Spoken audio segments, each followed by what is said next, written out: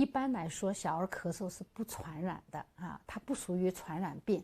但是如果说是结核引起的咳嗽，这是有传染性的啊。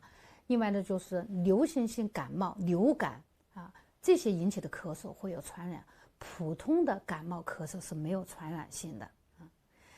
但是的话，就是说密切接触、呼吸道感染会有影响。孩子感冒引起的咳嗽，我们还是需要注意防护。你比如说，孩子